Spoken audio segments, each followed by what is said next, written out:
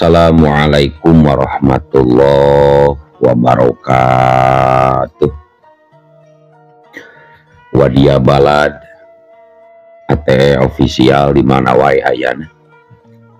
Alhamdulillah wa syukru ala ni'amillah. Kalawan diwuwuh ku Qobul anu maha agung, dibarengan ku pangijabah anu maha kawasa, diiring ku kadedeh kanya Gusti anu maha suci, urang ayeuna dugi kadangat ayeuna masih keneh tiasa ditepang dangukeun deui dina acara anu matuh kamemet urang sadayana. Nyatana dina pagelaran dongeng Sunda jejer carita duriat di alam gaib. Ayeuna kantun bagian anu ka 11 nya pamiarsa. Ieu dongeng mangrupikeun buah karyana Kang Ian Aditya. Kangge Kang Ian ngahaturkeun rewunuhun laksa ketika bingahan. Rehna parantos ngintunkeun naskah sakaligus ngawidian mamang kangge medar ieu dongeng dina channel ATE official ieu. Atuh sumangga kanu teu acan subscribe kantun subscribe heula. Ngarah langkung pogot sareng langkung sumangat deui ka si mamangna dina enggoning medar ieu dongengna. Ing hilap di like di komennya nu saseueur-seueurna. Lainna naon, mamang mah sok bingah kitunya. Upami maosan komentar-komentar ti para wargi sadayana teh. Kalintang bingahna deui upami mah link video mamang ieu dipanggeserkeun atanapi dipangbagikeun gitu. Seueur lah media sosial anu tiasa diangge nge-share atanapi ngabagikeun link video mamang ieu. Atuh ngarah teu nyangkolong tingkana waktos sumangga ayeuna mah urang lajengkeun deui dongeng duriat ti alam gaib bagian anu ka 11 na. Kumaha salajengna?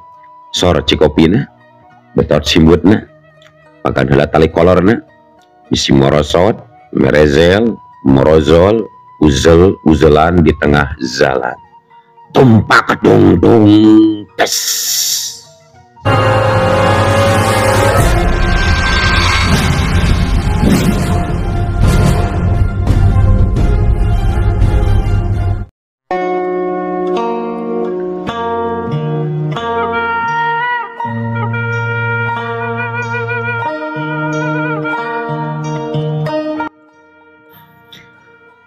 Para wargi sadayana.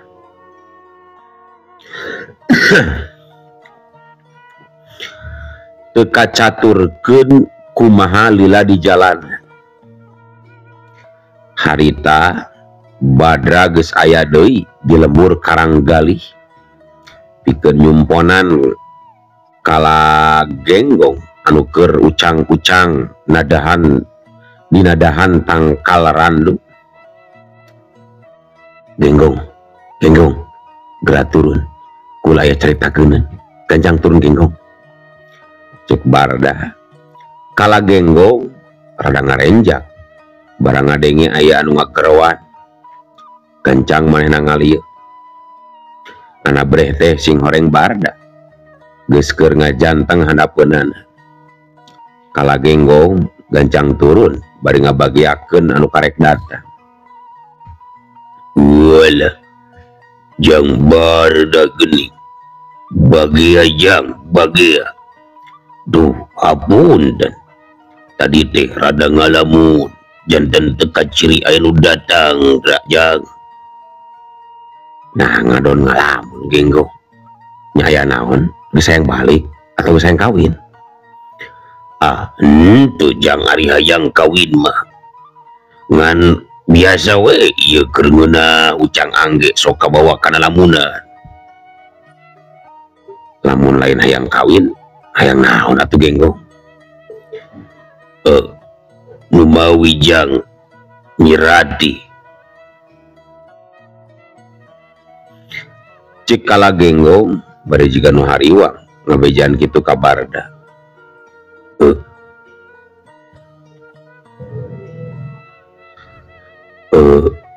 Maneh mah geus kana nyirati deui Genggong. Aya naon gitu buah-buah nyirati deureuyan ku manehnya.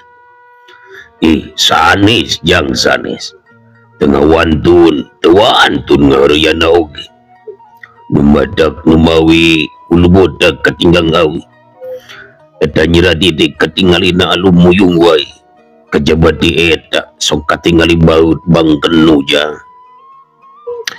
Ah ilaing mah Genggong baut kala naon atuh buah nya baut kunaon buah-buah ilaing mah ngabejakeun kula keur ka Nyimas Banduwati nya. Awas ya disintrek lebih ka macem lamun dibejakeun kula nepungan Nyimas Banduwati. Waduh ampun jang ampun henteu kaula mah teu ngabuja beja keun eta mah urusan kula nyirati mah. Ayeuna mah wayahna anjeun Genggong geura siapkeun pasukan keur ngajaga ieu lembur bisi aya bancang pakewu kula aya perlu heula kawin dolarang rek nepungan laki jantra. Geus kitu mah corela belesat les barda ngablesat sakicep nakal cag tinggalkeun kayan kala Genggong jeung barda. Ayeuna urang caturkeun di Windularang isuk-isuk jiga poe nu biasana sakabehara hayatna kaluar di mana sewang-sewangan incahna aya nu ka sawah aya nu ka kebon aya nu ka leuweung jeung sajabana parahi boga paniatan jeung pamaksudan masing-masing.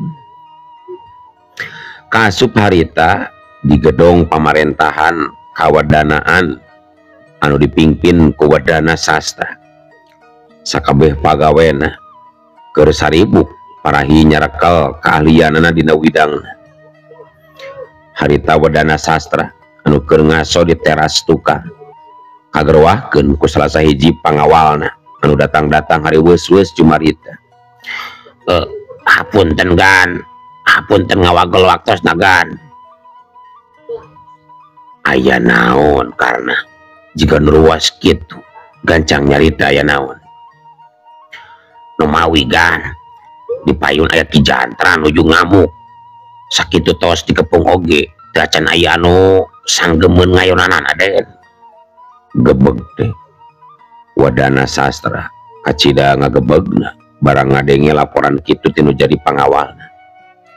Ki Jantra waduh dibalayeun gede ieu mah karena wayahna maneh jeung nuliana jagaan manika jeung bojo kula ade kula mihape ulah anu nyampeurkeun ka hareup. Mangga gan mangga kusim kuring bade dilaksanakeun gan. Sanggeus mere parentah kitu Wadana Sastra ngagedig nuju ka hareup nyampeurkeun ka pakarangan gedong. Nalika nepi ka pakarangan gedong kasampak didinya aya 10 urang prajurit geus ngajara rongkeng bari gegerungan nandangan tatu. Nempok itu nyawa Wadana Sastra kacida ambekna manehna geus teu nolih sok sanajan anu disanghareupan Ki Jantra anu kawentar kasaktianana tapi eta masalah harga diri jeung kasalamatan balarea nu kudu dibela. Curela jeleng Wadana Sastra luncat ke pakalangan jeleng harita sukunan napak kana lemah bari rengkenek langsung masang kuda-kuda taki-taki sedangkan leungeun nu katuhu geus ngabar keris pusakana sret.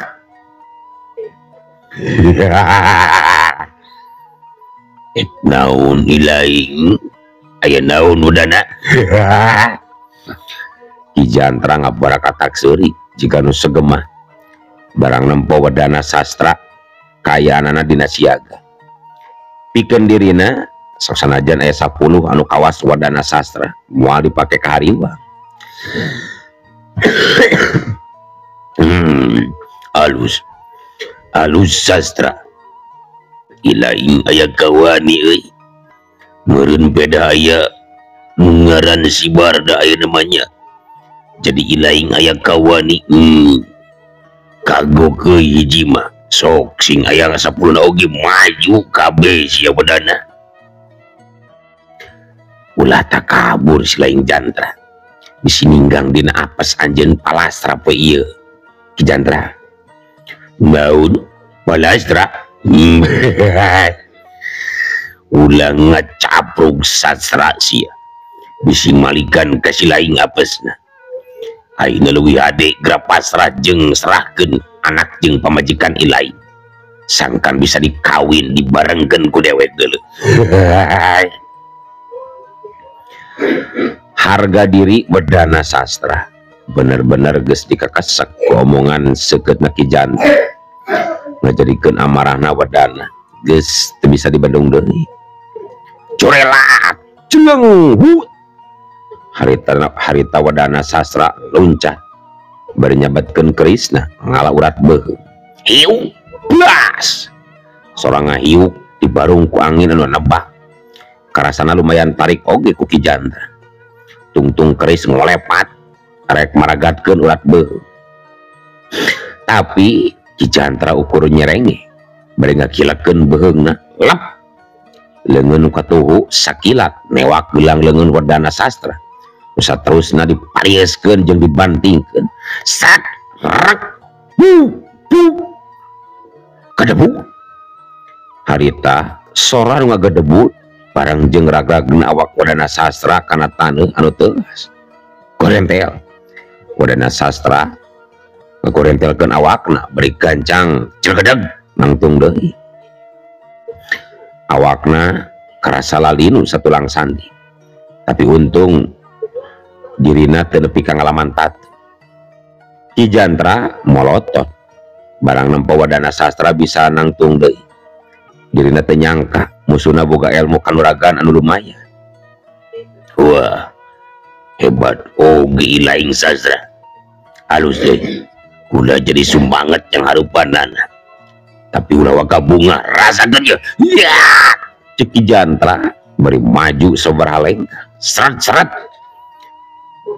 dua leungeun Ki Jantra narajang dina kayan ramona muka jiga cakar panarajangna datang ka cida cepetna nyerang ti katuhu jeung ti kenca malah mah sakapeung datang ti tukang jeung ngahanca ti hareup sabrut harita sukuna ngebabat di handap ceneng wadana sastra loncat bari nyabetkeun kerisna tapi hanjaka cakar beuheung Ki Jantra ngablesat ti handap ngahanca kana beuteung hut berat we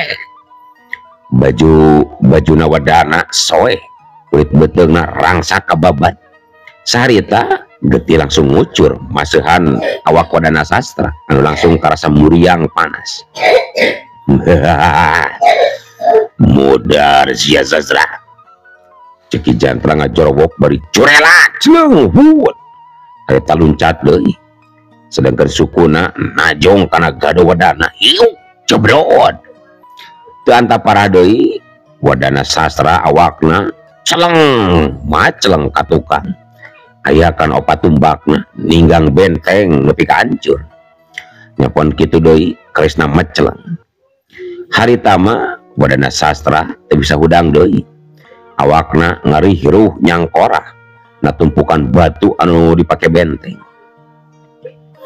nempo kitu Ki Jantra ngabarakata sanggeus ngabarakata seuri curelat ceneng hut sakilat awak Ki Jantra ngalayang muru ka wadana sastra sukuna nyewot datang ti luhur rek menjrak dadana wadana sastra sangkan remek tapi takdir canang tukeun wadana sastra kudu palastra dina leungeun Ki Jantra nalika dampal suku jebratna Ki Jantra tinggal 2 ceungkal deui rek namatkeun riwayatna wadana sastra ngadadak harita ti jumantara ngablesat cahaya bodas nu datang nalir kilat lembrag awak Ki Jantra nu keur ngalayang huk siung buak cebrot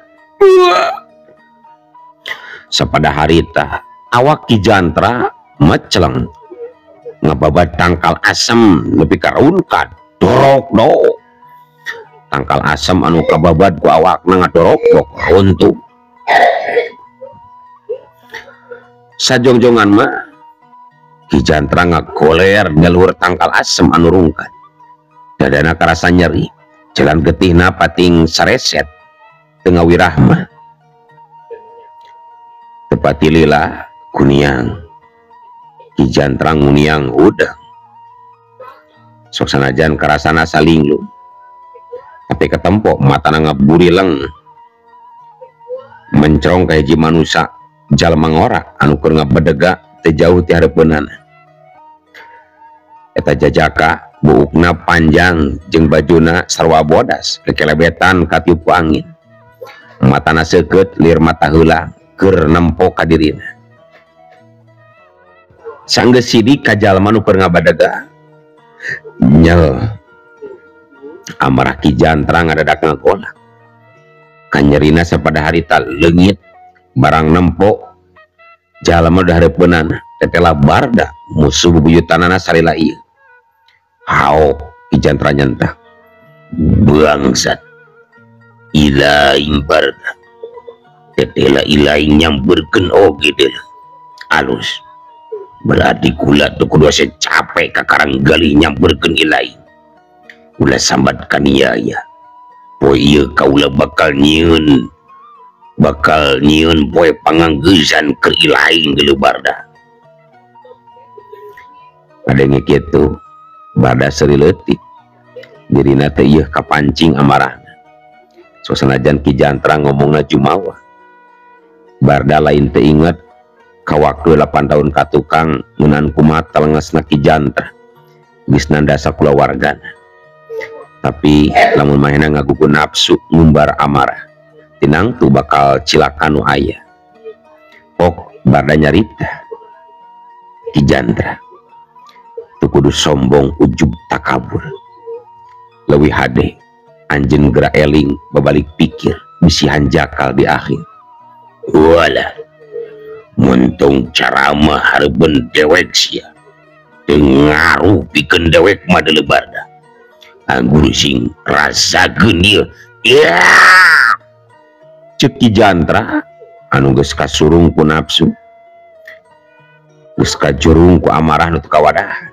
Ku ajleng Ki Jantra luncat beri dua dampal leungeunna didorongkeun ka hareup. Wush kelebung. Sora angin meuning ngagelebug ngapius akibat saking kuatna dorongan tenaga jero anu ngacius narajang Barda.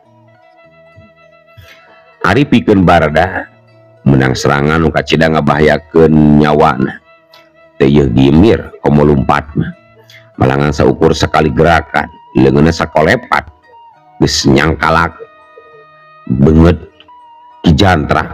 Hut siut curelak celebet. Wah, ngocea Ki Jantra ngocea pipina karasa asa tutung bakat ku panas awakna. Harita awakna semu nyangeyeng hampir leungit kasaimbangan. Da cacakan mun ninggangna lain ka Ki Jantra mah awakna pasti geus rubuh ngarihruh kasamber ku Aji Brajamusti agaman Barda.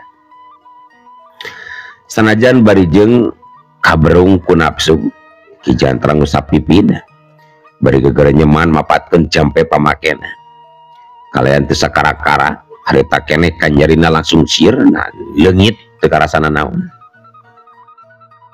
Edan eta dampal leungeunna nepi ka saseunna raga gitu. Wah, tapi kula moal mundur. Kitu Ki Jantra ngagarendangna. Bari curela cenah hut. Harita Ki Jantra luncat deui ngirimkeun serangan. Bedog iblisna narajang ka opat titik kelemahan lawan. Sabatan-sabatan mautna cukup pikeun ngagoyahkeun pertahanan kuda-kuda lawan. Datangna pating seleber ti unggal madhab. Gugurilapan katojo ku serabna ponon poe nu cahayana keur manceran. Curalit. Harita Barda jujuralitan di luhur. Suat seot lincah kaluhur ka handap, kagigir jeung ka tengah. ngayonan jurus bedog musuhna, malah saking ku tarik-tarikna ngahiukna sora bedog kadenge sada ngagerenggengna sora odeng. Bet bet bet sakolepat ujung bedog iblis narajang ka pelebah beteng sat bardarikat ningcet.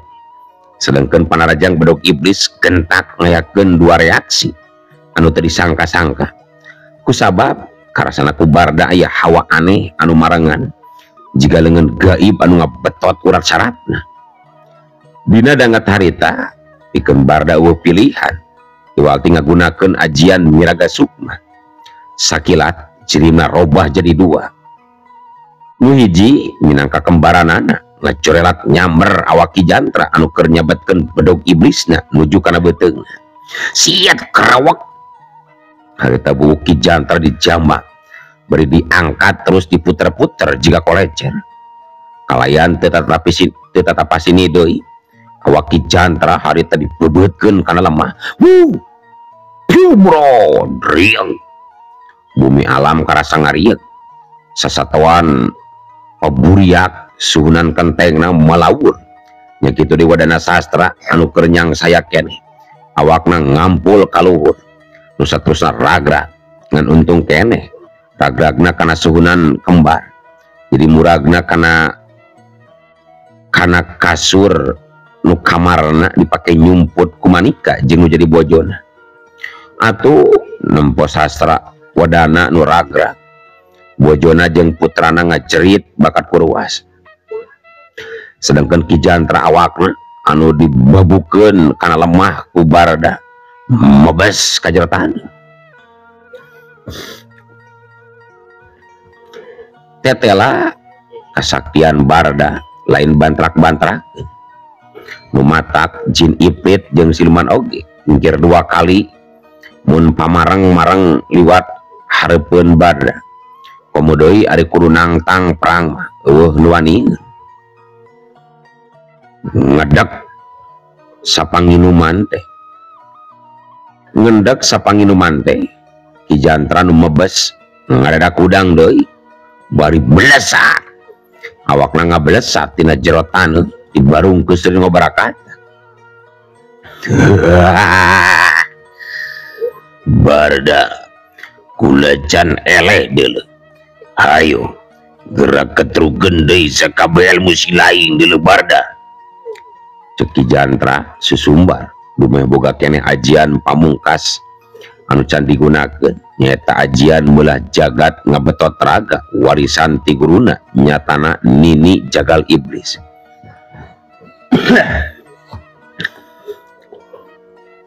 Barada anu jirimna geus jadi dua ngan ukur sidakep bari mencrong ka Ki Jantra. Dirina teu ngarasa heran ku aya Ki Jantra nu hudang deui.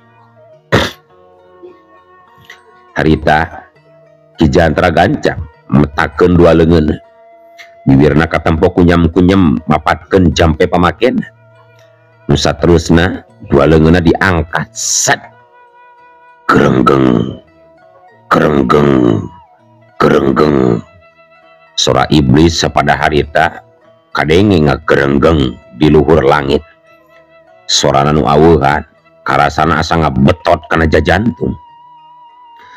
Taneuh anu dipake nangtung ngadadak inggeung jiga aya lini nu gede. Tepati lila taneuh jadi beulah nyedot sagarupa nu aya di dinya. Kasuk barda anu keur ngabadegah harita awakna kabetot kabedol blesek harita awak barda geus kasedot samet bitis.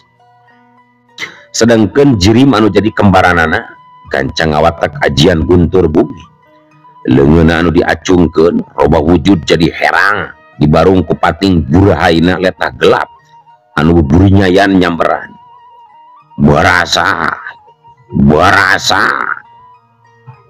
celeng harita barda luncat bari nyabatkeun leungeunna sapada harita salarik cahaya herang ngagulung awak Ki Jantra nu saterusna waruga Ki Jantra dibabetkeun satakerna numutkeun carita engkena harita barda Harita awak Ki Jantra dibelit ku cahaya gelap. Pulas.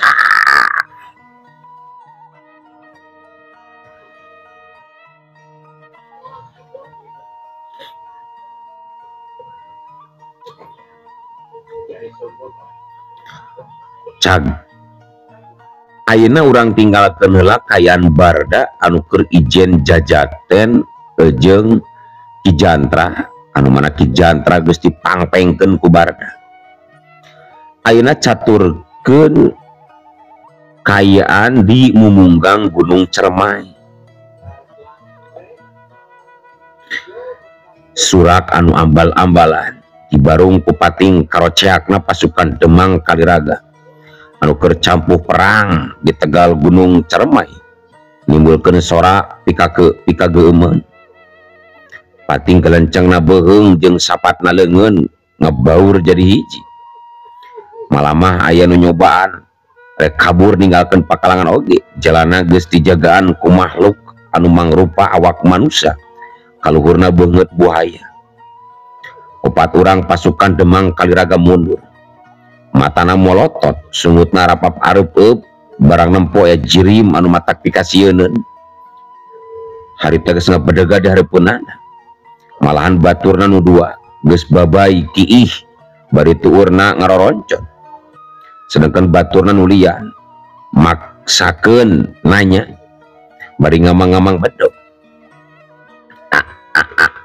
Ari mang saha punten eta beungeut ning jiga buaya kitu.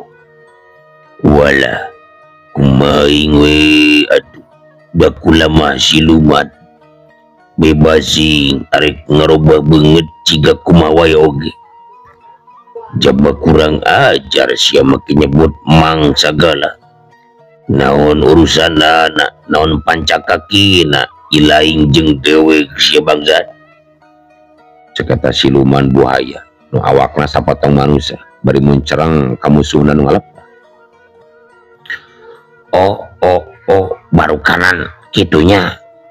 Ieu meureun anu ngaranna buaya darat teh. Waduh cilaka euy. Ampun wayana kulang ngaku ele. Ampun wayana teu bisa ampun euy. Silaing anggar kudu dikiekeun ieu. Sanggeus ngomong kitu eta siluman teu kanyahoan gerakanana, leungeunna sakolepat geus ngaranggem cangkeng. Anak buah Demang Kaliraga awakna diangkat, sedengkeun anu diangkatna gogorowokan bakat ku paur, kusabab eta sungut siluman geus calangap siap ngrekeb ku huntuna nu sarareukeun. Cer teu karasa anak buah Demang Kaliraga anu keur diangkat teh ngihan lepas pisan kana sungut siluman buaya. Tapi nalika keur kitu, nah atuh ari ujug-ujug uluh waktosna kabujeng seep wadia bala ate ofisial. Keun atunya ieu dongeng duriat di alam gaib urang cekapkeun heula sakieu. Kukitu kukieuna mamang sajamit mungkur amit mundur dipayuneun para wargi sadayana. Hayu ah. Assalamualaikum warahmatullahi wabarakatuh.